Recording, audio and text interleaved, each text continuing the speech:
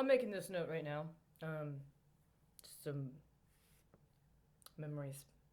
In 2008, I was investigating legislation and appropriations bills as part of the work I was doing for a political campaign for a third party candidate who was running for the same congressional district as Luis Gutierrez. And Gutierrez at that time was known for his role in trying to push a particular version of immigration reform. And the majority of the people in the area where the district was located, and actually in the greater Chicago area, were highly critical of this particular version of alleged immigration reform.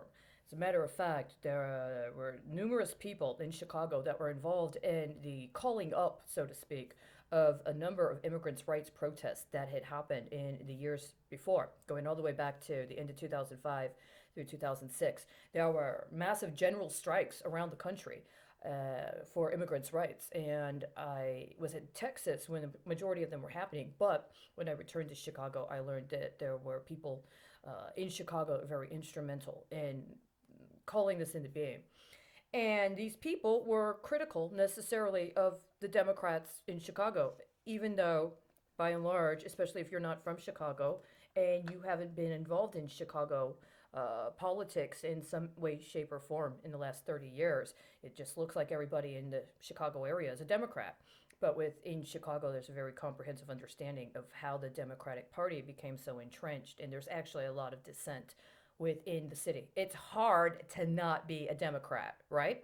But in 2008, one of the hopes was that people running with a third party, specifically the Green Party, may be able to get some people into Congress so that when in 2008 congressional season started, along with the new incoming president, whoever that might be, there would be some independent voices, especially from Chicago. See, it was understood that if the Democratic Party got the it ended up winning, that whoever it was that was selected at the convention first would make a big difference. Major candidates were Barack Obama and Hillary Clinton. Barack Obama, as of the mid to late 90s, was a relatively minor player politically in Illinois, but rose very quickly and had a particular advantage that other people hadn't had previously. And Hillary Clinton had a relationship with a lot of different communities in the city of Chicago, especially ones that supported women's rights and LGBTQ rights. And by virtue of being from the suburbs of Chicago, the near suburbs of Chicago, also had another kind of constituency. And so the contention between Clinton and Obama was very, very important in Chicago because it represented two contrasting sides of the Democratic machine. The new Democrats of the Southern kind of Bill Clinton type tradition were in very significant contrast to the kind of Democrat that came from the Chicago machine modality, the Chicago machine model. And in some ways, if you were to do almost like a micro history of the Democratic Party in the 80s, 90s, and the 2000s, I think that there would be a lot of room to actually see that they were very, very starkly different in many ways. Not just culturally and not just culturally historically, but also in terms of nuance around policy and practical implementation of how they organized and how they maintained their organization. And so these things were already going on during the 2008 campaign season. And so when a number of people said that they wanted to run for the Green Party, the hope was, well, regardless of whether, if Barack Obama goes to Chicago, to DC, then what we're concerned about is that the nation is going to import the Chicago machine. That the Chicago machine structure, that people that were critical of the Democratic Party entrenchment of Chicago were contesting and were dealing with for decades, would then go to DC. And it would become enshrined on a national level that had previously not been enshrined. And part of that was the kind of patronage system that had been in place since the days of the Civil Rights Movement and the Democratic National Convention, and even before that.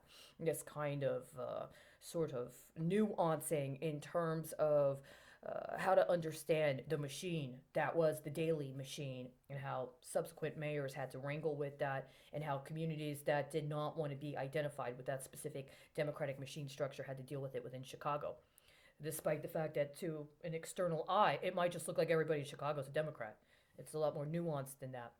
Now, my understanding is that after the election progressed, allegedly none of the Green Party candidates won. And in retrospect, at the time, we didn't believe the exact election results. We did not believe that the election results were accurate at the time. Years later, we continue. I know I personally, I don't believe the election results were accurate.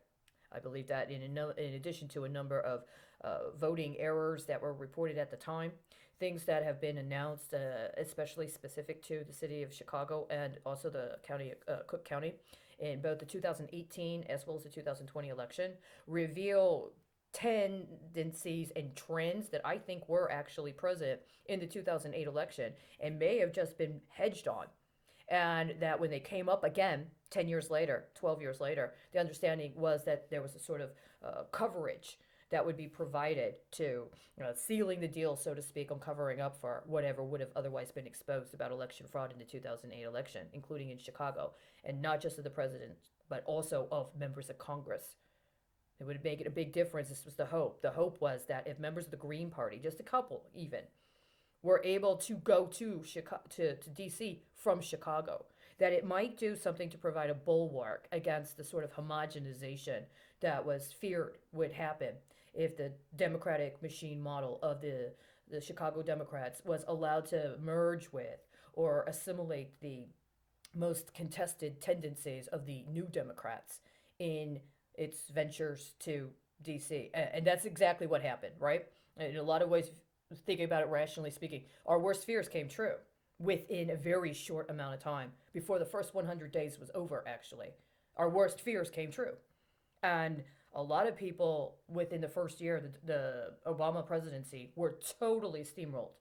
And it was like a 180-degree turn because a lot of what was going on, specifically if you were involved in immigrant organizing or organizing of immigrants. And we're not just talking about undocumented immigrants either. We're also talking about also communities that are welcoming to immigrants because they have experience of family ties or cultural ties with other countries, including countries south of the border. That what ended up happening, and the way that the Obama administration completely inverted what it campaigned on once it got there. It threw everybody into a kind of a limbo that was actually on the cusp. And the fear that wasn't actually vocally spoken of as much as I think it should have been, I think in the end ended up materializing. That if you didn't toe the line and get in with the machine before we got there, then it was like later on, you got one chance. And if you did not accede immediately, how many other people are like me, 10 years later? It's hard to say. I'm not allowed to talk to any of them. But then they're not allowed to talk to me either, right?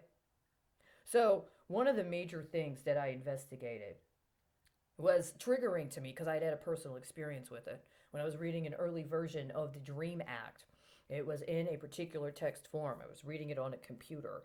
And there was in the original version what were supposed to be modifications to transportation safety, specifically going through the Transportation Safety Administration, connected to border security.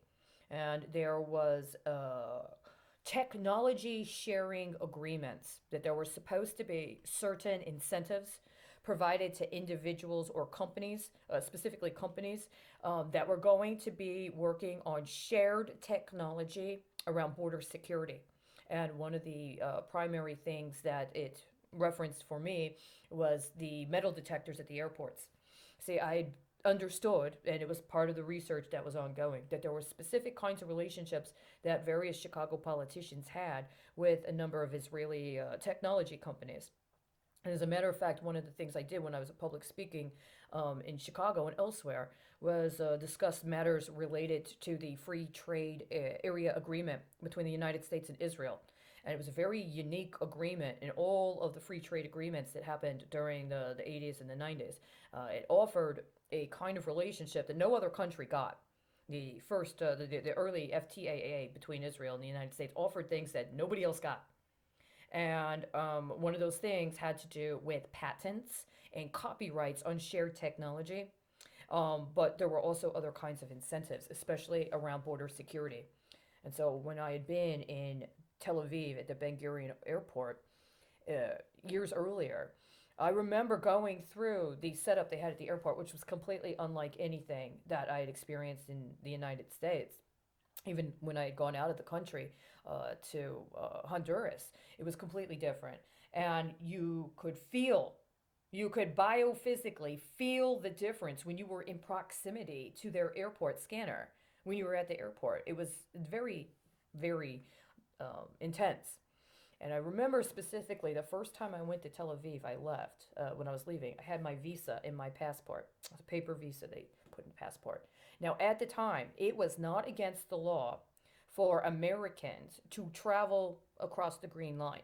It was not against the law. There was no preclusion on Americans being able to travel into Area A, which means going through the checkpoints between what's considered Israel and what would be considered the Palestinian territories. And I did this several times. There's nothing illegal about it. Now, if you were an Israeli citizen at the time, there were preclusions. An Israeli citizen was not allowed to go into Area A.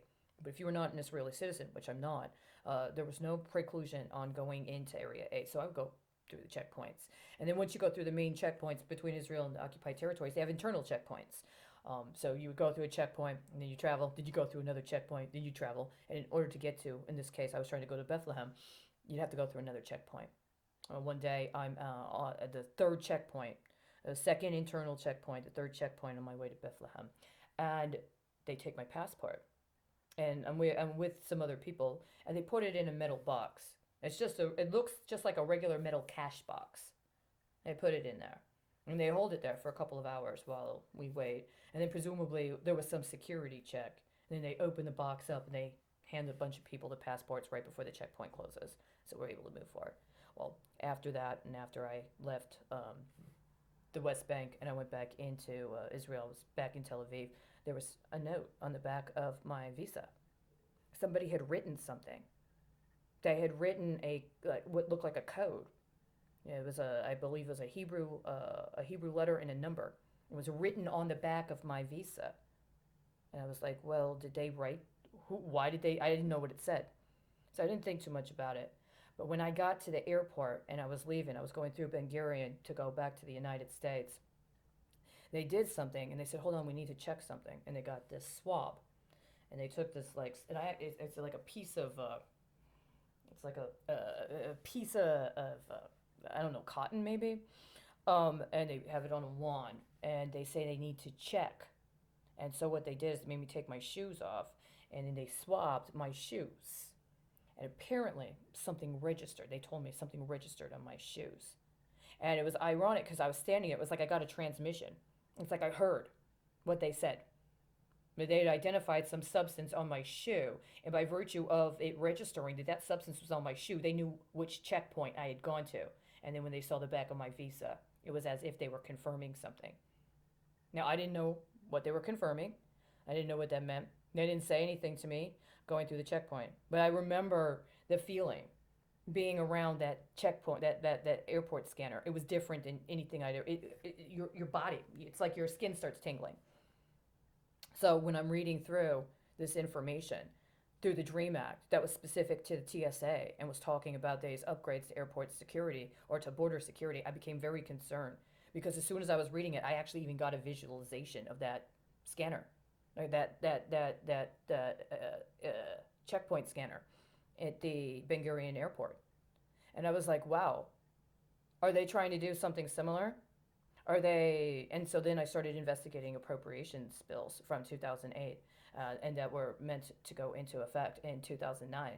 And I started seeing things that were in there that I understood were part of outlays. Now, I didn't have much experience investigating the appropriations bills, so I didn't know exactly what the outlay situation meant, and I didn't know the differences in the different line items or the different budgets that the military has or that the DoD has.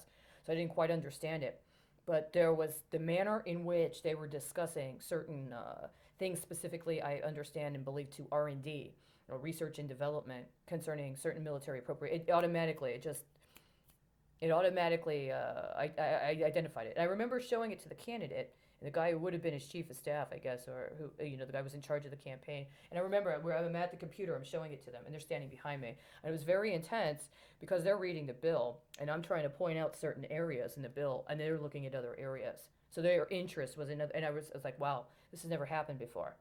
It's never happened before that I'm looking at something and I'm trying to point it out. I'm trying to explain it to them. And they're talking about, and they're like being attracted to something completely different than what I'm being attracted to. And the understanding was that they liked what they saw. And they weren't seeing what I saw. But I saw what I saw, and I saw what they saw. And I was like, well, outside of a context of what I'm saying here, it may appear one way, but you got to evaluate what's up here on the screen with what's down here on the screen. And so this was the first time I'd experienced that. I've experienced it many, many, many times since. And it's almost as if there's some different bandwidth or some different frequency that's communicating a different level of information. And that not everybody might be receptive to the same frequencies for whatever reason. The appropriations that were originally programmed in my background were different than the ones that were originally programmed in theirs. Let's put it that way. So even if we're looking at a DoD appropriation, there are certain things that they're attracted to, and I'm attracted to something else. The idea is that we complement each other. That they look at that and it means something, and then I look at what I'm looking at and it means something, and then we communicate. But at that time, they didn't see it. They didn't even want to focus on what I was trying to point out. They were like, no, no, no, this is what we need. No, no, no, no, no, that's not the same. If you think you need that, you need to look here. Because what is this without that? Well, the next thing you know, things happen, things happen. Okay. Well, sometime later, there's an announcement that Elbit is working on installing airport scanners at a number of airports around the country. If I'm correct, this happened sometime about 5 to 10 years later. So I believe that in that 2009 appropriations bill, that there was actually either an inception of or a follow up on what was actually proposed in the original Dream Act around Transportation Safety Administration, but that it got appropriated in another area of the budget. And I have been following this in my own manner. I think that there's something very significant about these scanner technologies. They have a form of magnetic resonance technology that is not just about identification of a metal device or something that could be considered a explosive device or an incendiary device. They do body scans and they identify areas and parts of the actual physical body and have no actual legitimacy when it comes to merely discussing what could be considered something somebody would have on their body that would present a threat. For instance, when I went from San Francisco to Chicago, I went through the scanner. And you had to go through the full body one where they do the oscillation. I'd never gone through it before, so I went and I saw what was projected on the screen that they saw. And then all of a sudden they needed to do a pat down. I was like, well, I don't need, no, no, no, we need to do a pat down. And when she touched me, it completely messed with my auric body. As a matter of fact, it immediately congealed in my chest. I had intense, intense, intense congestion in my chest and pressure around my heart chakra the entire flight. I was in excruciating pain and raging with anger the entire flight between San Francisco and Chicago. And when I got there, there was a sense of an emergency that I had to let everybody else off before me. As something said, it was very important. Make sure everybody gets off. You have to make, and it was like this urgent thing, as if I was carrying something. And I had to make sure everybody got off so that they weren't in danger. And I'd never experienced this before. Now, when I got off, I did some exercises and I was able to decompress the pressure around my chest and I was able to alleviate the congestion on my own. But I know it had to do with what happened when I went through that scanner. See, on the screen behind the scanner, it had areas highlighted. It wasn't about anything I had on my body, it was about my actual physiology. And there were alerts about my inner thighs and my armpit. And I'm like, why is there an indicator that there is some sort of alarm going off regarding my inner thighs right up around my hip joint, right up around my crotch, and my armpit. Well, nearly a year later, I'm trying to apply for a job in a hotel in Chicago, a fancy luxury hotel.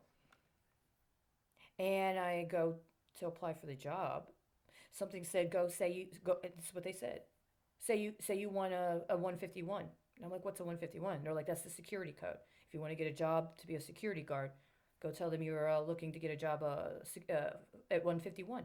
So I go and you get the application. They give you the application. They say a code of job. And so I'm like, oh, that's what you mean, 151. Then they have a picture. It's an outline of a body. And they have a line pointing to different parts of the body with some weird thing. And right there was the armpit. The armpit I saw on that screen in San Francisco when I was going through the airport scanner. And it said, right, I was lying there, and it says cracks under pressure. And I'm like, what? And the instruction was I think it was something like identify your weak point. And it's a trigger. It's a trigger. If you look at it regularly, you might think, well, I mean, I have, because the first thing, they have one pointing to the knee. It says something about the knee. I've had a medical injury with my knee. So if I'm thinking rationally, well, if they're talking about things biophysiologically, that might be a weakness that might impair my capacity to disarm somebody, where I'd be involved as a position as a security guard, then, I would circle the knee. But I'm like, that's not what this is about. Right there, that same armpit. Now, if I hadn't seen that screen, would I have done that? I was not supposed to see the screen, I don't think. This was in 2015. This was in December of 2015. Now, we're talking about a biological weapon that was, I understand, an engineered biopathogen that was triggered at the airport, going through those airport metal scanners. That's what this is about. What are you going to do? What are you going to do? I mean, we don't have as much air traffic, but the damage has already been done. Now they have the metal detectors at the Capitol building. Are they the same technology that activated COVID 19? Are there infiltrators that have masqueraded as if they are qualified to assume the role of a public official in the United States of America, threatening to engage biological weapons against other members of the legislative branch if they do not comply to agreeing to accede to unconstitutional activities up to and including using biological weapons against their own constituents? I think you have a duty to acknowledge the facts as they are. This is not about a non-disclose. There is no national security protocol that compels you to keep silent when you have infiltrators that are trying to extort you into agreeing to use biological weapons on your own people.